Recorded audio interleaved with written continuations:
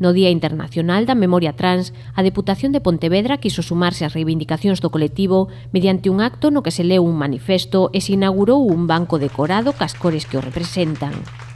Carmela Silva reivindicou o dereito de todos, todas e todes a elixir en liberdade e igualdade.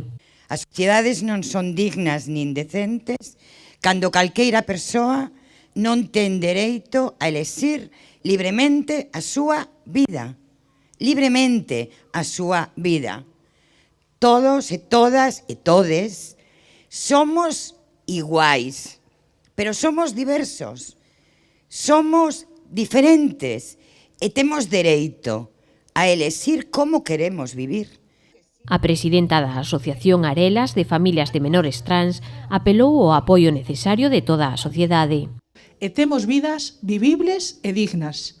Para iso é necesario o apoio de toda a sociedade para que nos fagan a vida máis vivible.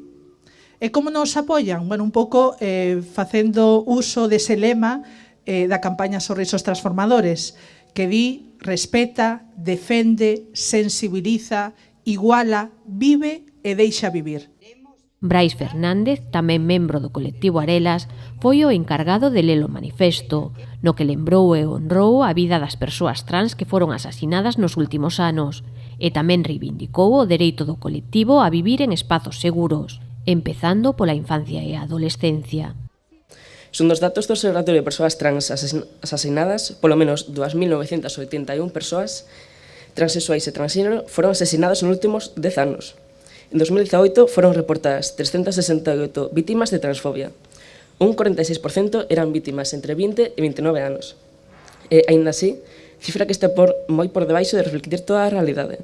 Como sempre ocorre cas realidades ocultas, estamos a falar só dos datos dos que se teñen constancia. Trátase, sen dúbida, da punta do iceberg. Tamén fixo fincapé nos distintos eidos nos que as persoas trans son discriminadas. A discriminación cara a este colectivo persiste e maniféstase en moi diversos niveis, sobre todo no ámbito médico, laboral e legal, onde a transfobia, a exclusión e a patoloxización é unha realidade diaria. Os colexios e institutos do noso país están aínda lonxe de ser zonas libres de acoso por os menores con identidades non cisnormativas. O bullying é o primeiro empuxón que lles pode precipitar cara a morte.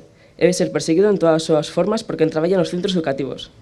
O profesorado ten a obriga de respetar e acompañar as identidades trans, mirar co outro lado e participar no asasinato social.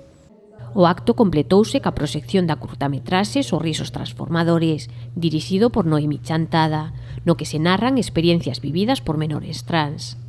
Co mesmo nome desenvólvese dende o 2016 unha campaña de visibilidade e sensibilización para a prevención de comportamentos discriminatorios pola orientación sexual ou identidade de xénero, que xa ten chegado a 40 concellos da provincia. A proxección asistiron máis dun 100 de alumnas e alumnos do IES Montecelo, o CIPAS Unqueira e o IES Torrente Ballester.